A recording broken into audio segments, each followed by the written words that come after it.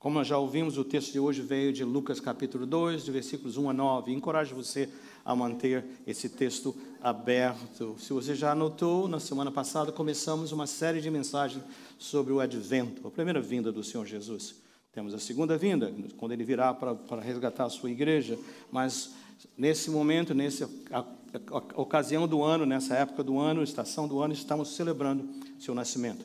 Eu encorajo você a visitar o nosso canal de YouTube ou na página no Facebook e ver o que aconteceu antes. Não dá tempo de nós trabalharmos. Semana passada investimos muito tempo trabalhando sobre removendo tradições. Coisas boas em si mesmo não são más, como, por exemplo, a árvore de Natal, a questão dos Reis Magos, a data do 25 de dezembro, e as razões pelas quais nós podemos celebrá-lo, mas sabendo que isso não está no relato bíblico. Porém, nós não cremos que há um perigo de participar nisso. Nesse texto de hoje, que antecede a palavra de domingo passado, ou o texto de domingo passado, nós aprendemos aqui, eu creio, 3 lições bastante importantes. Vou fazer o meu melhor para compartilhar com vocês. Eu ouvi muitos diferentes pregadores, olho comentários e coisas assim. Há um pregador mais novo que eu, mas o Senhor já o levou para estar no céu. Já o mencionei muitas vezes. Pastor Tim Keller, uma bênção. Eu creio que eu poderia ouvi-lo todos os dias, em todos os assuntos. Normalmente, não importa se eu já fiz anotações, se eu já ouvi 10 pessoas, se eu já li 10 coisas, eu sempre ouço os seus insights. Eu entendo que ele falou para uma congregação muito bem abençoada lá em Nova York, então não tem nada a ver conosco. Nós somos muito espertos, muito inteligentes, muito capazes, tá? Como imigrantes, pessoas que vieram de outro país para se estabelecerem aqui. Nós temos muito crédito. Porém, ele está falando sempre a um nível de pessoas que já faculdades e mestrados e não sei o que mais, coisas assim. Então, você nota que o nível das palavras, do vocabulário, ele fica um pouco mais difícil.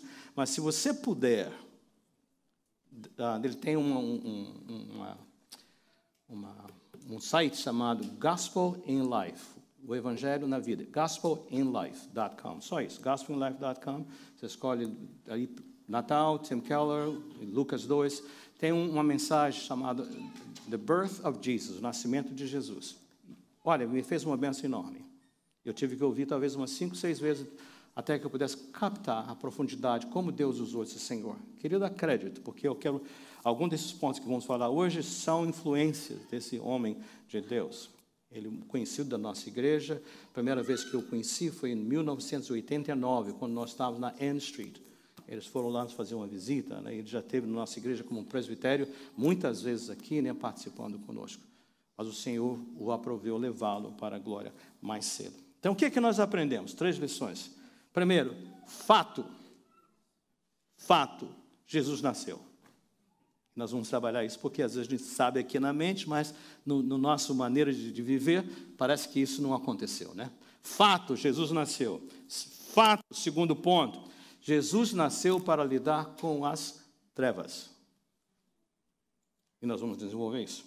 E a última parte é como que Jesus lida com as trevas. Essa é a nossa proposta. Fato, Jesus nasceu. A história de Natal é uma história que toca nos nossos sentimentos, toca nas nossas emoções. Tão lindinho, né? O bebê ali, os animais, né? Ali, aquela coisa tão simples, a estrela, aquela luz brilhante por detrás. É lindo, não é isso? Todas as casas iluminadas. Então, é uma coisa que mexe conosco. Porém, é muito mais que uma história. Vê que Lucas não começou assim. Era uma vez. Quando você ouve uma história e alguém começa, era uma vez, você já sabe que aquilo ali não é fato, porém, é uma história que vai trazer alguma mensagem, se possível, positivo para nós. Nem também ele fala assim, muito tempo atrás, num país longínquo, também não falou isso. Muito menos ele falou, né, assim como a gente às vezes ouve, em uma galáxia longe, muito longe daqui. Não é assim. Como é que ele faz? Como é que ele faz para nós? Ele fala assim, naqueles dias, César Augusto publicou um decreto ordenando o recenseamento de todo o Império Romano. Só para vocês colocarem em perspectivas, quando Lucas escreveu o César Augusto, já há poucos anos apenas que ele havia deixado de ser o imperador, o povo se lembrava. Você se lembra do recenseamento? Você lembra do censo, como nós falamos em português, quando aconteceu? Foi durante esse período. A semana que vem você vai ouvir falar sobre esse material que serve de devocional muito bom. Os 4 livros do Evangelho em linguagem de hoje, mas com explicações. Nós vamos ter disponíveis para a igreja. Mas olha só, por exemplo, e ele explica, tudo que tiver em itálico, está certo isso, itálico, isso quer dizer que não está no texto original. A linguagem está na linguagem de hoje. Olha o versículo 1 nessa versão. Os 4 evangelhos, Mateus, Marcos, Lucas e João. Lucas 2. César Augusto, imperador romano de 27 anos antes da era cristã e 14 já na era cristã, determinou. Porque ele ajuda. O que eu estou fazendo para isso, para incentivar você a investir, né? É uma leitura fácil, porque na linguagem de hoje, mas também nos dá informações. Mas ele não parou isso, parou aí. Também no segundo verso ele fala, esse foi o primeiro, houve outros, né? Censo, quando Quirino era governador da Síria. Então, se a Palestina está aqui, a Síria está um pouco ao norte, então a Síria naquela época era uma província romana, dizendo, lá naquela província, quem era o governador era fulano. Ou seja, pessoas podiam verificar, era fato. Ele não estava contando uma história só para mexer com nossos sentimentos. Uma história de Natal, bonita, com uma mensagem. Muito mais que isso. Jesus nasceu realmente. E para que não houvesse dúvida, Lucas 1 a 3, você pode ler em casa, ele deixa muito claro quando ele fala assim, querido Teófilo, ele está se dirigindo, o que você está vendo agora, o que está registrado aqui, foi aquilo que eu ouvi e anotei de testemunhas oculares, gente que viu. Então, ele não escreveu só assim no geral, pessoas que estavam vivas, que podiam ser perguntadas. Foi isso mesmo que aconteceu? Foi realmente assim? Por exemplo, nós abrimos o culto cantando o Cântico de Maria. Como nós, lógico, o Espírito Santo poderia falar, mas se notou palavra por palavra, Maria falando, a minha alma engrandece o Senhor. Como é que o Lucas soube disso? Entrevistou Maria. E Maria disse para ele, aconteceu assim, assim, assim, e depois, quando eu vi a ação de Deus na minha vida, eu não consegui me conter e escrevi isso, inspirado pelo Espírito Santo de Deus. Jesus nasceu, isso é fato, não é uma história para nos fazer sentir melhor, nem ajudar a gente a se sentir bem na época do Natal, ele é fato. Então, vamos para frente. Fato também, Jesus nasceu para lidar com as trevas. Ah, pastor, Natal é de luz, nós vamos ter aqui a cerimônia das velas, né? Natal é luz, a luz brilhou, sim, mas olha só, se você, em casa, olhar em Isaías, que escreveu, inspirado pelo Espírito Santo, mais ou menos 700 anos antes de Cristo vir, e nós cantamos, e vamos cantar mais uma vez hoje, vai ficar conhecido esse texto, Isaías 9. Mas eu peguei 3 versículos, para só ressaltar esse trevas, nascimento de Jesus. Olha só, versículo 1, Isaías 9. Contudo, não haverá mais escuridão para os que estavam aflitos. Escuridão, aflição, não sei onde está indo, direção, em todos os sentidos, espiritual, emocional, física. Ele diz, já não haverá mais escuridão para os que estavam aflitos. Olha o versículo de número 2. O povo que caminhava em trevas viu uma grande luz.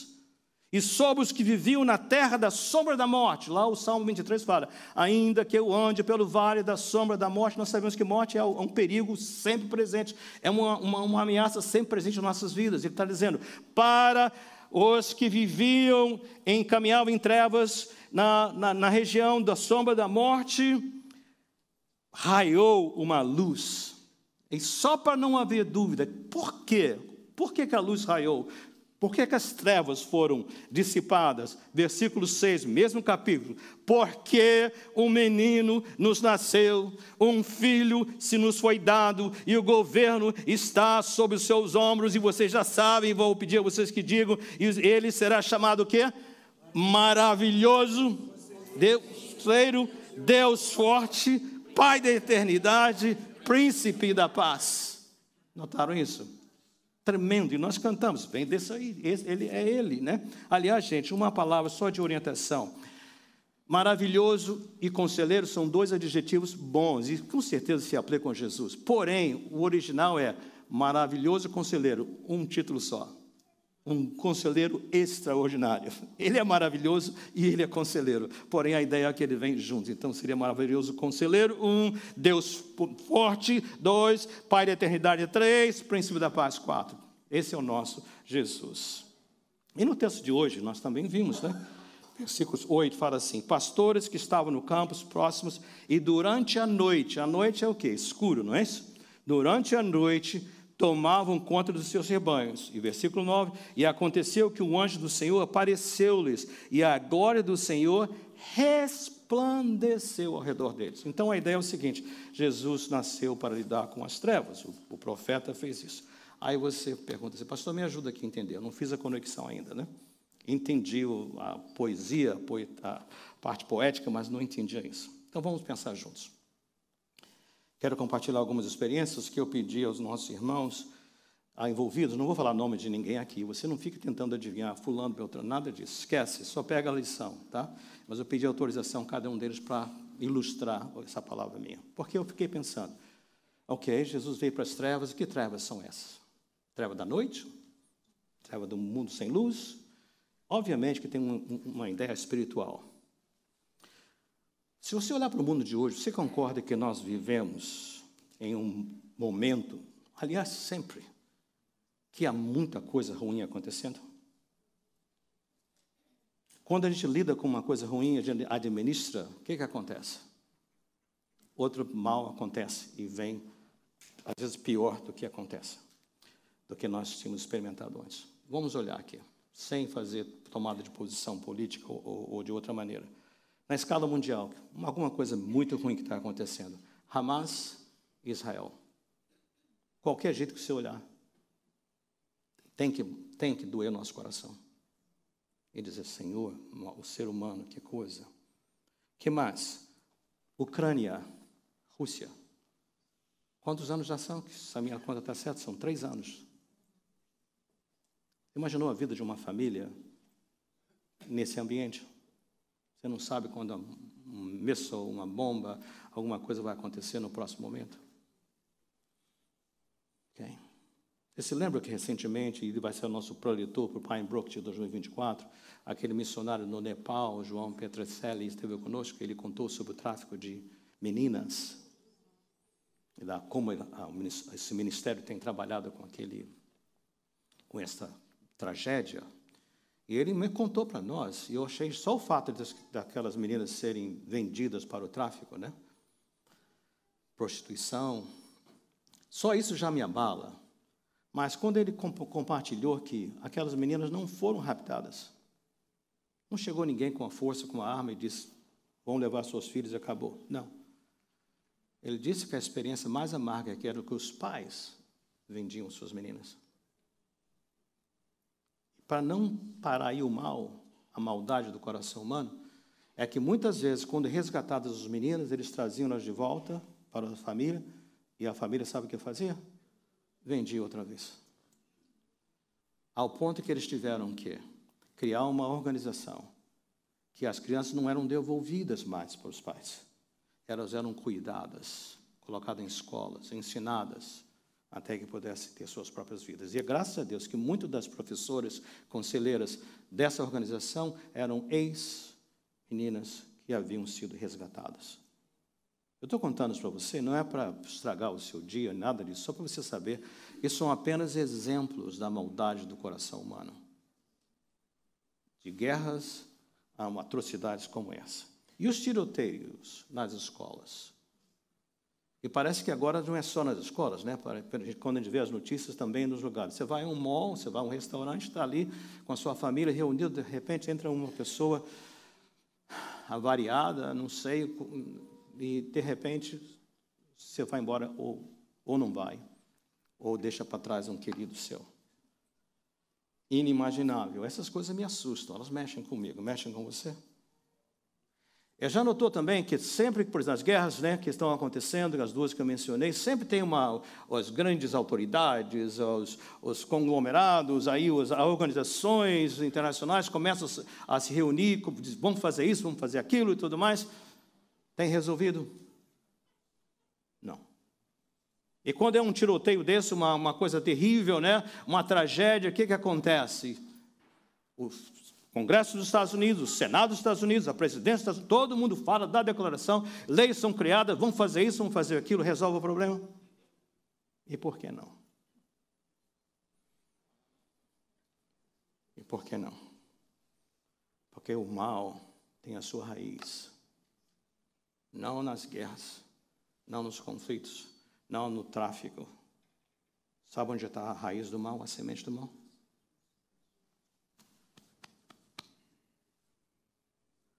No meu coração, no seu coração, no nosso coração. Foi isso que levou nosso Senhor a amar o mundo de tal maneira que Ele enviou o seu Filho unigênito. Para quê? Para lidar com esse mal que está presente em todo o coração humano. O que eu descrevi para vocês são apenas sintomas. É o que está na superfície. Mas o que causa isso é aquele mal, esse pecado que nos separa de Deus e nos separa uns dos outros. E foi para isso que Jesus veio a esse mundo. Mas só para você pensar, mas isso o pastor falou de Hamas e Israel lá na Palestina, o pastor falou de Rússia e Ucrânia lá na Europa, o pastor falou também de tiroteios. Graças a Deus que aqui nós nunca, no New Jersey, Newark, a gente está protegido, que o Senhor permaneça assim, misericórdia.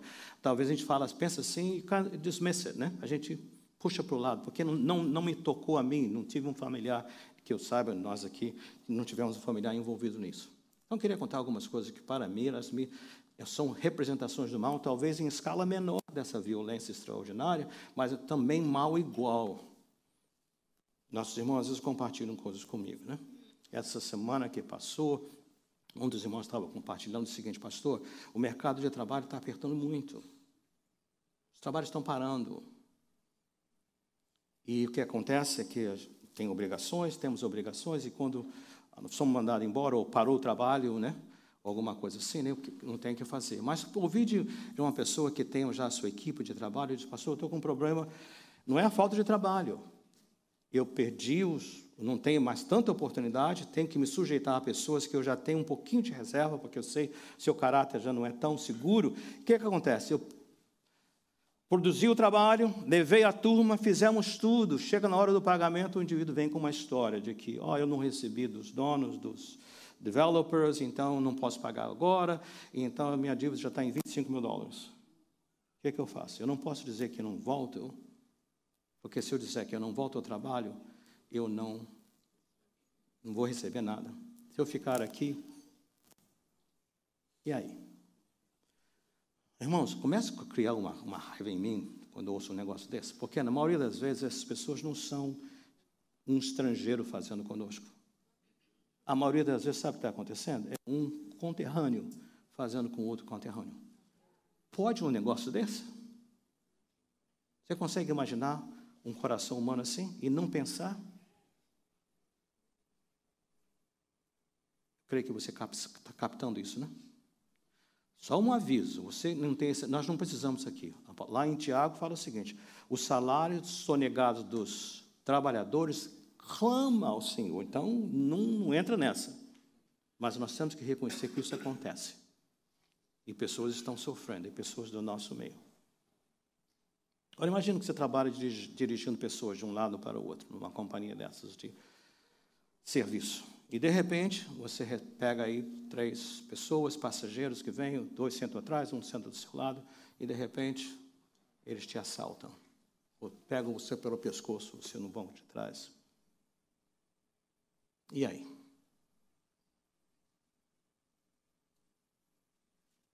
Você pode imaginar aqueles momentos? De novo, minha alma, ela dá uma raiva. E outro caso, aqui ainda na igreja, estou sendo bem general, né, generalizando. Um servo de Deus chega em casa, trabalha à noite, chega em casa, tranquilo, acabou tudo, na frente da sua casa. Literalmente. 4 pessoas saem de um carro. Vêm, o assaltam. Levam tudo, documentos, dinheiro, cartão de crédito, tudo. Eu consigo me imaginar, depois de um dia de trabalho, você na frente da sua casa, o que passa na sua alma? Você pensa, e agora? O que vão fazer comigo? Sabe por que isso? Coração humano.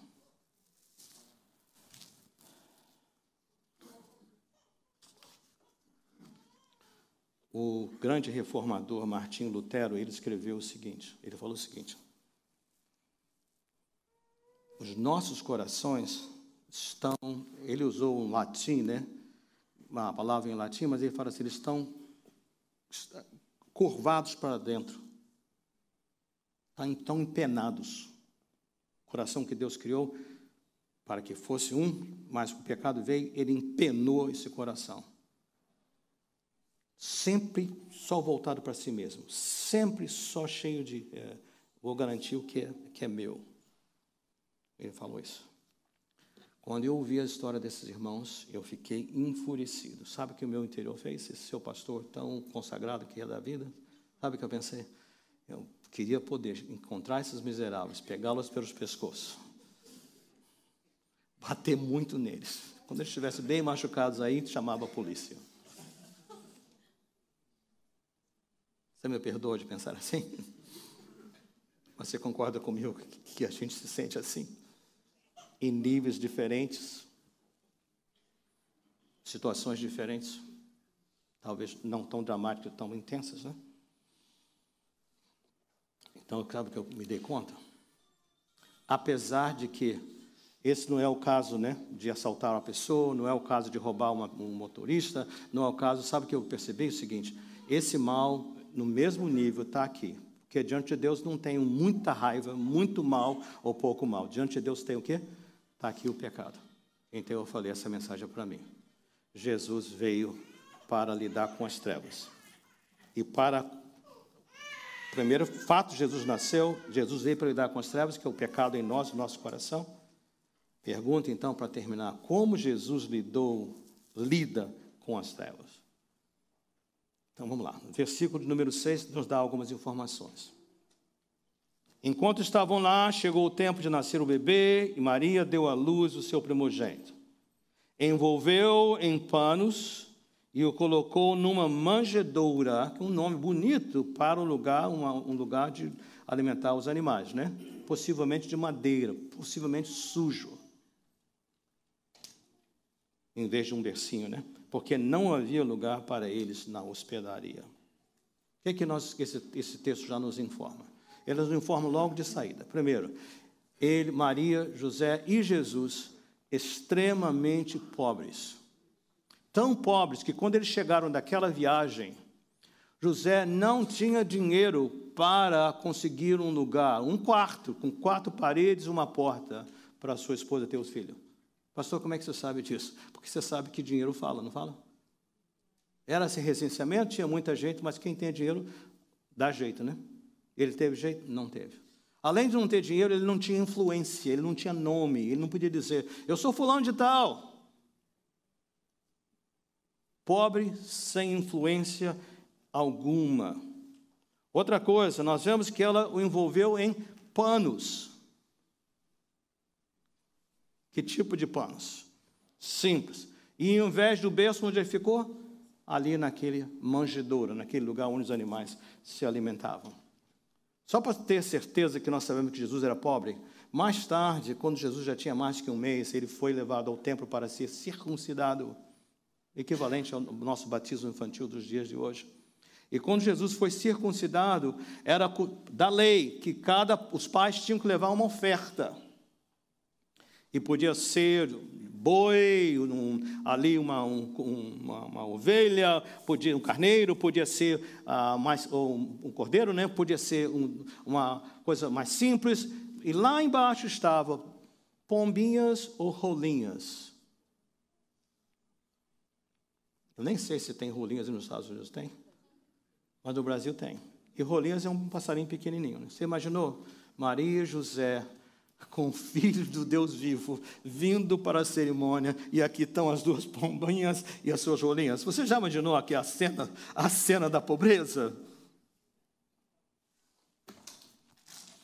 Então, como é que ele lidou? Ele veio para esse mundo pobre, rejeitado. Pausa. Se Jesus veio para lidar com as trevas, por que ele não veio como general? Por que ele não nasceu no palácio? Porque aí ele botava um decreto, pegava uma espada e dizia o seguinte: olha, ou esse povo toma jeito, ou eu acabo com eles. Daria certo essa maneira de fazer? Se ele tivesse isso, qual seria a consequência para você e para mim hoje? Nós estaríamos aqui? Por que não? Porque o pecado está em nosso coração. Graças a Deus que ele não veio como general, porque se tivesse vindo, eu não estaria aqui falando com vocês me ouvindo. Captaram isso? Acho que deu para pegar, não é? Então nós vimos isso, né? Se ele veio, né? Então eu falei uma pausa. Mas eu creio também que ele veio como pobre para dizer o seguinte: olha, nesse mundo, até a carta de Tiago fala isso, vocês não façam acepção de pessoas. Chega um rico, vocês dão lugar, põe na frente, não sei o quê e tudo mais, não é verdade? Chega uma pessoa importante, você já fica lá, todo empenado, você se ajeita. O que é isso? Então ele veio para dizer o seguinte: ele não veio para as pessoas bem situadas, ele veio paupérrimo, para quê? Para todo mundo.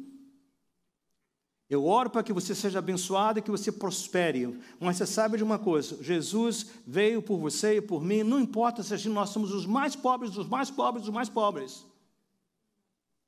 Além disso, ele veio e ele foi rejeitado. Eu quero crer que a maioria de vocês que estão me ouvindo, estão aqui, tem tido valor. Alguém está dizendo para você, você tem valor, o Espírito Santo se habita em você. Mas não é verdade que rejeição é parte do nosso dia a dia da nossa vida? Então, a sua rejeição, por maior que seja, lembre-se, ele veio para dizer: até o mais rejeitado do mundo está no meu alcance, porque eu sei o que você sente. Eu sei o que você está passando. Então, pobre não importa o nível. Rejeitado não importa o nível da rejeição, lógico que importa nos olhos de Deus, mas por outro ele está dizendo assim: eu entendo o que você está fazendo.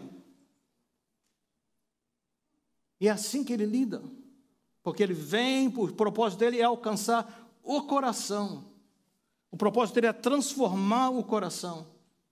Então ele nasceu nas trevas, literalmente, para que ele pudesse lidar com as trevas, para cuidar do coração. Agora, o que é preciso da minha parte? Primeira coisa que precisa acontecer é o seguinte: eu admitir: Senhor, apesar que eu estou com alguma luz ao meu redor, em alguns casos, né, eu ainda me pego, Senhor, me identifico com o apóstolo Paulo, que fala lá em Romanos 7, miserável que o homem que eu sou, o que eu devia fazer, não faço, o que eu devia pensar, não penso, o que não devia fazer, estou fazendo, o que eu não devia pensar, estou pensando. E ele fala: miserável homem que eu sou, quem me livrará do corpo da morte? Mas ele não para aí, graças a Deus por Jesus Cristo. E ele conclui dizendo: portanto, já não há condenação para os que estão em Cristo Jesus. Mas para isso precisa acontecer o quê? Admitir: Senhor, obrigado pela obra que o Senhor já está fazendo até hoje, meu coração, mas tem tanto mais, Senhor. Nessas horas do desafio, que eu não tenho momento de oportunidade de me preparar, é que eu me dou conta de quanta maldade, quanta coisa eu penso, faço, sinto no meu coração ainda. Então, precisa admitir. Porque quando eu admito, o que acontece? Agora eu sei a cura qual é. Senhor, recebe-me. E Ele nos recebe. Admito, me entrego, todo aquele que crê, né? Ele vem. Ah, você vai lá: pastor, mas isso não é o meu caso, eu sou até uma pessoa boa, ok? Se você pensa que você não tem problema nessa área, então você não conhece o seu próprio coração. Guarda isso, medita nisso, peça a Deus para clarificar isso. Que no momento que eu penso que eu já não preciso dessa cura no meu coração, então é porque eu não conheço o meu coração. Benefício de Jesus ter lhe dado assim. Então ele veio para que me transformar, a mim, a você. Ele foi rejeitado, como eu mencionei, ele entende a nossa rejeição. Ele disse, eu não vim para condenar o mundo, eu não vim para julgar, eu vim para assumir o julgamento do mundo que está, né? Está sobre ele, o castigo que nos traz a paz. Eu vou ler isso daqui a pouquinho. Ele fez isso porque se ele tivesse agido para eliminar o mal naquela época, nós não estaríamos aqui. Mas porque ele veio dessa maneira que ele veio, viveu uma vida que eu devia ter vivido e morreu uma morte que eu deveria ter morrido, ele vai poder um dia voltar e eu não vou morrer porque eu vou estar com ele eternamente, porque ele me alcançou e transformou meu coração. Então, graças a Deus por isso, porque ele veio. Ele veio para levar a minha culpa, sua morte e ressurreição. Perfeita a vida inteira, perfeita a morte. Não ficou ali na sepultura, ressuscitou. E por isso eu também vou ressuscitar com ele. Algumas considerações. Quero convidar o grupo para que venha e fale isso. E cante. Nós vamos cantar daqui a pouquinho nome sobre sobrenome. Vocês podem vir, por favor. Algumas coisas só para você pensar. Manjedoura. A maioria dos estudiosos dizem que aquela manjedoura foi de... Alguns pensam que era talvez de material, de concreto, alguma coisa desse tipo, dessa natureza. Eu penso que não, que aquela manjedoura era de madeira. Então ele nasceu numa manjedoura e o seu ministério terminou onde? Em madeira também. Mas que madeira? Da cruz. Ele foi rejeitado pelo dono da estrebaria, não foi? Porque não deu lugar, não tinha espaço. E também, quando prestes a ser crucificado, ele foi rejeitado pela multidão. E a multidão gritava o quê? Crucifica-o. Aí ele disse, não tem lugar. Aqui eles disseram, crucifica-o. Jesus, quando nasceu, ele foi enrolado em panos. Quando ele estava na cruz, ele foi enrolado em panos também. A roupa que ele tinha, o que fizeram com aquela roupa? Tiraram e lançaram sortes entre os soldados na túnica para não rasgá-la. Ficou ali, nu, exposto. Rejeitado pelo mundo já era difícil, né? As pessoas dizendo crucificam, lá da estrebaria não tem lugar, crucificam, mas pior de tudo é quando ele gritou, meu Deus, por que me desamparaste? Porque naquela hora o que aconteceu com Deus? Deus virou as costas para ele. Para quê? Porque Deus não podia ver o sofrimento do seu filho em nosso lugar. Ele assumiu isso também, rejeitado pelo Pai na cruz. O profeta Isaías, não só no que nós já lemos e vamos cantar, falou, mas ele falou ainda no capítulo 53, antes nós lemos o capítulo de número 9, olha o 53, que diz assim, quem creu em nossa mensagem? E a quem foi revelado o braço do Senhor? Tudo sobre Jesus. Sobre Jesus. Jesus cresceu diante dele como um broto tenro e como uma raiz saída de uma terra seca. Ele, Jesus, não tinha qualquer beleza ou majestade que nos atraísse. Nada havia em sua aparência para que o desejássemos. Ele foi desprezado e rejeitado pelos homens. Você não estou 700 anos antes, profeticamente, o profeta descrevendo. Foi desprezado e rejeitado pelos homens, um homem de dores e experimentado no sofrimento. Como alguém de quem os homens escondem o rosto, foi desprezado e nós não o tínhamos em estima. Olha a profecia continuando. Certamente ele tomou sobre si as nossas enfermidades e sobre si levou as nossas doenças. Contudo, não consideramos castigado por Deus, nós o consideramos castigado por Deus, afligido, atingido e afligido. Mas olha só, mas ele foi transpassado por causa das nossas transgressões, foi esmagado por causa das nossas iniquidades, nossos corações, raiz do mal. O castigo que nos traz a paz estava sobre ele, e pelas suas feridas nós fomos sarados. Você já viu o que o nascimento de Jesus significa? Esse fato veio lidar com as trevas. Ele veio para nos tomar. Alguns pensamentos finais. Toma posse disso. Se você ainda não tomou posse. Porque Jesus foi rejeitado. E você o tem. Você é aceito pelo Pai. Segura isso aí. Não importa o que está acontecendo ao seu redor. Não deixe as circunstâncias afetarem você, porque Jesus foi rejeitado, você é aceito pelo Pai. Melhor ainda, Ezequiel não disse melhor. Quando não havia um lugar para ele na estrebaria, ele não teve um lugar não, na estrebaria. Mas você em Jesus tem uma mansão esperando você lá no céu, nas regiões celestiais. E de acordo com o salmista, habitará na casa do Senhor por longos dias, por todas as eternidades. Jesus nasceu. Fique de pé comigo.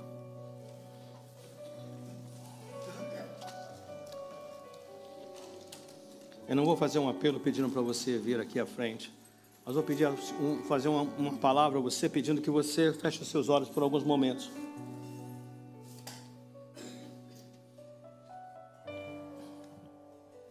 E com seus olhos fechados, viaje através do tempo, lá naquele momento, olhando para aquele bebê, envolto em panos, numa manjedoura. Agora olhando com os olhos da fé, vendo, isso aqui é o Salvador. Ele veio a esse mundo para que o meu coração pudesse ser transformado, para que meus pecados pudessem ser perdoados.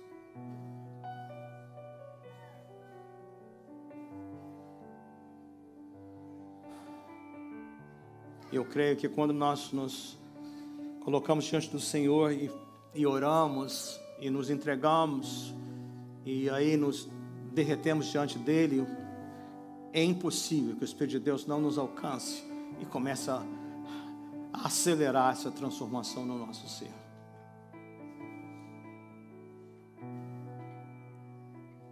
Então, no silêncio, alguns segundos apenas, fale com o Senhor só na sua mente. Ó Pai, obrigado por esse menino que veio ao mundo, Jesus, para viver a vida que eu devia ter vivido, deveria estar vivendo, e pela sua morte na cruz. Senhor, completa essa transformação em mim.